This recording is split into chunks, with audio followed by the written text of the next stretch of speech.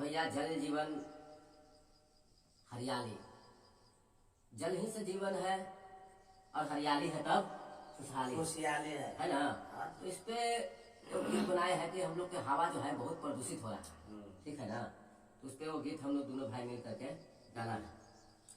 पर्यावरण के स्वच्छ बनावे भैया सब मिली पेड़ लगावा, पर्यावरण के स्वच्छ बनावे भैया सब मिली पेड़ लगावा, अरे सब मिली पेड़ लगावा, सब मिली पेड़ लगावा भैया सब मिली पेड़ लगावा। पेड़ से फल और फूल मिलेला, फूल मिलेला हो फूल मिलेला, आ सांस लेवे खातिर ऑक्सीजन मिलेला, सांस लेवे खातिर ऑक्सीजन मिलेला।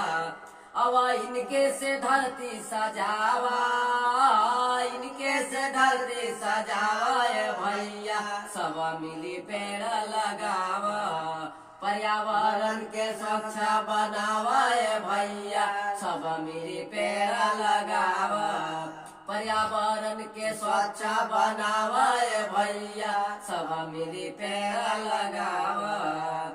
धुआं धक्कड़ से फैला है प्रदूषण, फैला है प्रदूषण, फैला है प्रदूषण, धुआं धक्कड़ से फैला है प्रदूषण, फैला प्रदूषण हो फैला प्रदूषण। अब हवा के साफ करी पेड़ दिहे जीवन, पेड़ देते जीवन हो पेड़ देते जीवन।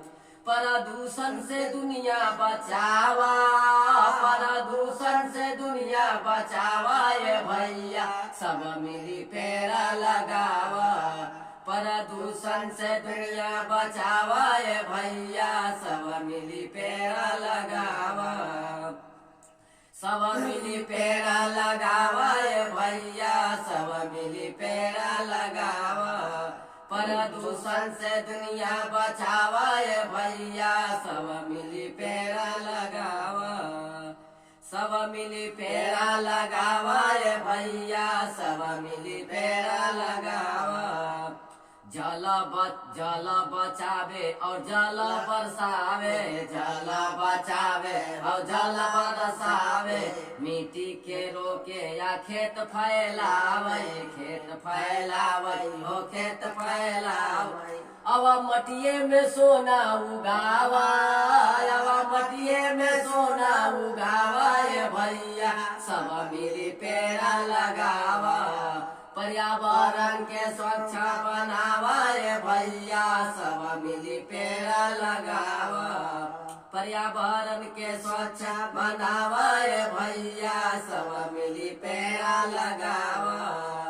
माटी से सोना उगावा भैया, माटी से सोना उगावा भैया सब मिली पेड़ लगावा, सब मिली पेड़ लगावा भैया, पर्यावरण के स्वच्छ बनावा, पर्यावरण के स्वच्छ बनावा भैया सब मिली पेड़ लगावा, पर्यावरण के स्वच्छ बनावा भैया सब मिली पेड़ लगावा।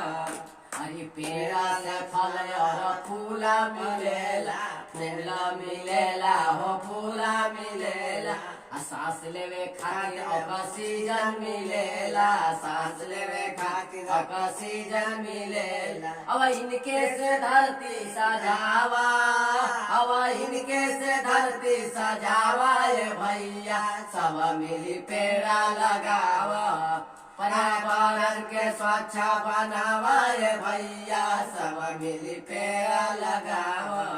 भैया इस गाना को लाइक जरूर कीजिएगा, हम लोग बहुत मेहनत करते हैं।